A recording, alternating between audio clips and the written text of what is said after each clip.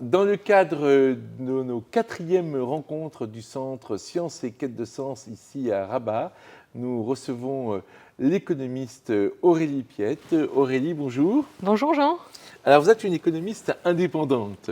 Expliquez-nous pourquoi vous tenez à ce terme d'économiste indépendante. Indépendante, pas très académique et pour être totalement libre dans mes recherches et parce que je sors globalement un peu du cadre mainstream de l'économie. Alors vous avez écrit un livre au titre très bizarre qui s'appelle Quand l'Homo economicus saute à l'élastique sans élastique. Est-ce que vous pouvez nous dire ce qu'il y a derrière ce titre? Alors derrière le titre ou derrière l'ouvrage? Oui, il y a l'ouvrage, évidemment. Derrière l'ouvrage. Pourquoi ce titre a un tel ouvrage? Alors c'était pour attirer effectivement le lecteur sur ce sujet en disant que ça paraît complètement fou en fait de sauter à l'élastique sans élastique et c'est un peu ce qu'incarne le modèle économique aujourd'hui, un modèle un peu fou finalement sur lequel on a le sentiment de marcher sur la tête puisqu'il faut produire toujours plus aujourd'hui et qu'en fait on est nous-mêmes en train finalement d'abîmer la planète sur laquelle on vit. Donc j'allais dire finalement on se met directement en danger. Mais pour répondre à ta question plus précisément, à votre question, pardon Jean, sur le contenu de ce livre, en fait, il parle de l'économie d'hier, l'économie d'aujourd'hui et de demain.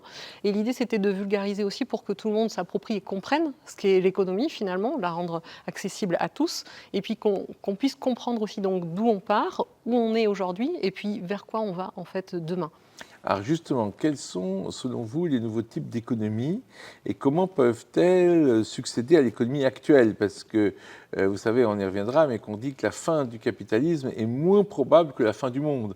Et donc, ils disent que le monde peut se terminer, mais pas le capitalisme. Ouais. Donc, quelles sont ces nouvelles formes d'économie et comment peuvent-elles remplacer le capitalisme classique, selon vous? Je pense que ces nouvelles formes d'économie alternative, que sont l'économie sociale et solidaire, l'économie collaborative, l'économie de la fonctionnalité, l'économie circulaire ou régénérative, pour moi, elles représentent les branches en fait de cette économie de demain. Mhm.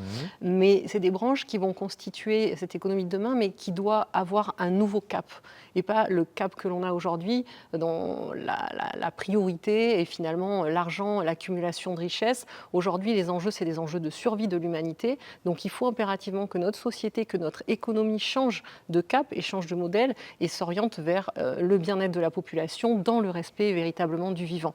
Donc en fait, il faut que nous allions et nous commençons à y aller vers une croissance qualitative en fait, pour répondre à ce chemin, à cette orientation, une croissance qui nous permette de finalement faire croître tout ce qui est bon pour le vivant et faire décroître tout ce qui n'est pas bon, accompagné d'indicateurs qualitatifs tels que la qualité de l'eau, la qualité de l'air, de la terre, le bien-être finalement de l'ensemble de la population, des indicateurs comme l'éducation, la santé, et faire décroître tout ce qui est mauvais, eh bien, la pollution, les maladies, les inégalités.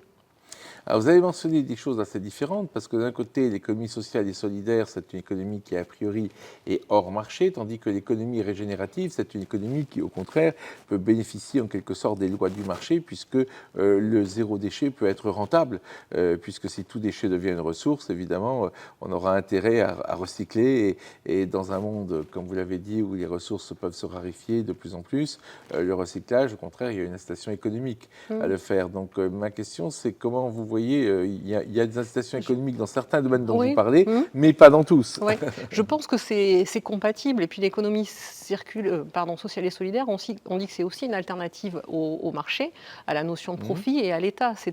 Donc je pense que c'est aussi une combinaison. Cette économie de demain, il n'y a pas une règle claire. Ça va être pour moi une mutualisation, un enchevêtrement comme ça de ces différents systèmes. Mais il peut avoir du bon. Cette économie de marché peut avoir du bon et dans certains domaines peut être effectivement compatible avec des modèles alternatifs. Mais voilà, s'accompagner aussi de cette économie sociale et solidaire où on privilégie plutôt l'humain, la responsabilité sociétale, la redistribution des richesses et puis accompagné aussi par l'État. Donc je pense qu'une combinaison de ces éléments est possible.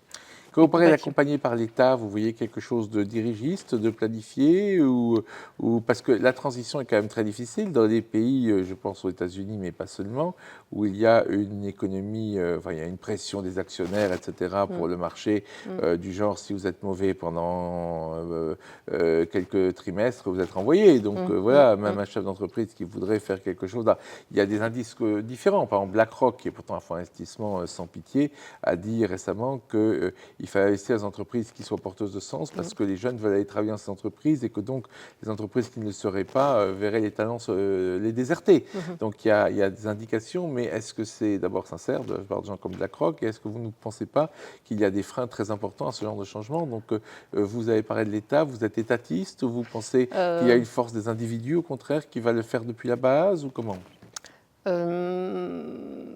Je crois pareil que ça doit être, que tout ça doit être compatible et je crois que l'État a aussi un vrai rôle à jouer.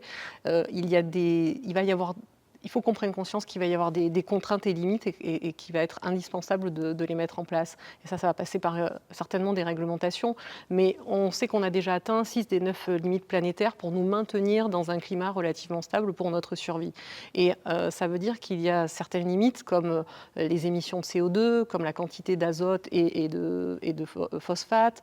Au niveau de l'occupation des sols, enfin, il y a certaines limites qui sont fondamentales à ne pas dépasser.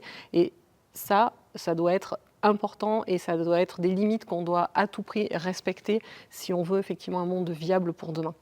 Oui, mais nous sommes dans un monde, vous l'avez vu, de plus en plus éclaté, avec justement l'arrivée des BRICS, la mise en question justement de l'Occident par de nombreux pays, donc ce nouveau monde éclaté, est-ce que ça ne rend pas plus difficile justement une gouvernance? On a réussi par exemple pour la couche d'ozone à faire une gouvernance mondiale pour résoudre le problème, c'est un bel exemple. Mais est-ce qu'aujourd'hui, avec en plus les guerres que nous connaissons, etc., il n'y a pas un risque que ce soit encore plus difficile que hier de mettre en place des systèmes de gouvernance mondiale dont on aurait besoin pour respecter certaines limites que vous avez mentionnées, non? Est-ce que c'est pas utopiste? Alors, dans l'idéal, évidemment, il faudrait cette gouvernance mondiale parce que c'est des enjeux mondiaux, donc il faudrait que nous arrivions à converger vers ça.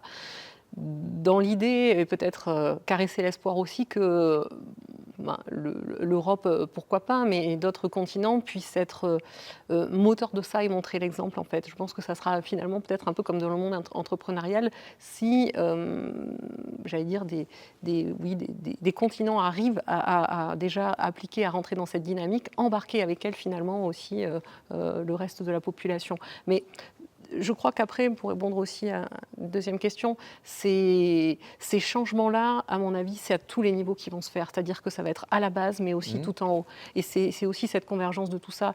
Le changement, il vient beaucoup d'en bas, ça pousse, et évidemment, ça ne peut être qu'accompagné aussi avec le haut. Donc, c'est cette convergence. Bien sûr, ça ne veut pas dire que ça ne va pas se faire sans difficulté, mais je crois que de toute façon, pour demain, si on veut un monde viable, ça va être inéluctable, parce qu'à un moment donné, on va être face à un mur, et il va être indispensable d'être dans cette dynamique-là. Est-ce qu'il y a des pays, selon vous, qui sont déjà engagés dans cette direction ou qui pourraient le faire très bientôt ou qui montrent l'exemple? Je pense à la Nouvelle-Zélande qui, après le Covid, avec sa ministre dont j'ai oublié le nom, je ne sais pas si tu l'as en tête. Ardenne, j'ai mémoire. Qui a réorienté le cap justement du pays avec un indicateur qui est le bien-être et la santé mentale, physique de ses concitoyens, et qui a finalement, de cette manière-là, ça a réorienté toute la dynamique politique en fait et tous les budgets qui étaient alloués à la dynamique pour s'orienter prioritairement vers le bien-être de la population et le respect du vivant aussi. Alors justement, vous êtes une critique du PIB, ça va tout à fait dans le sens de l'expérience que vous venez de citer. Donc vous voulez remplacer le PIB par quoi?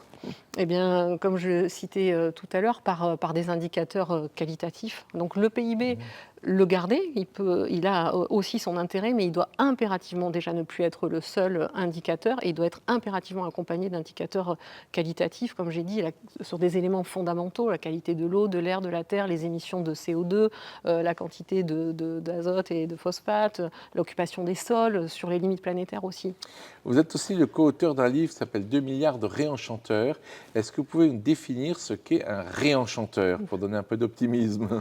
Un réenchanteur, c'est un citoyen qui aspire à un nouveau modèle de société et qui non seulement y aspire, mais essaye de faire bouger les lignes à son niveau en mettant en place, on parle de 2 millions de révolutions tranquilles, de ces réenchanteurs, on les estime à 2 milliards, qui essaye de mettre en place des modèles alternatifs à notre modèle d'hyperconsommation, et ce, dans tous les domaines, dans le domaine de l'éducation, de la santé, de l'alimentation.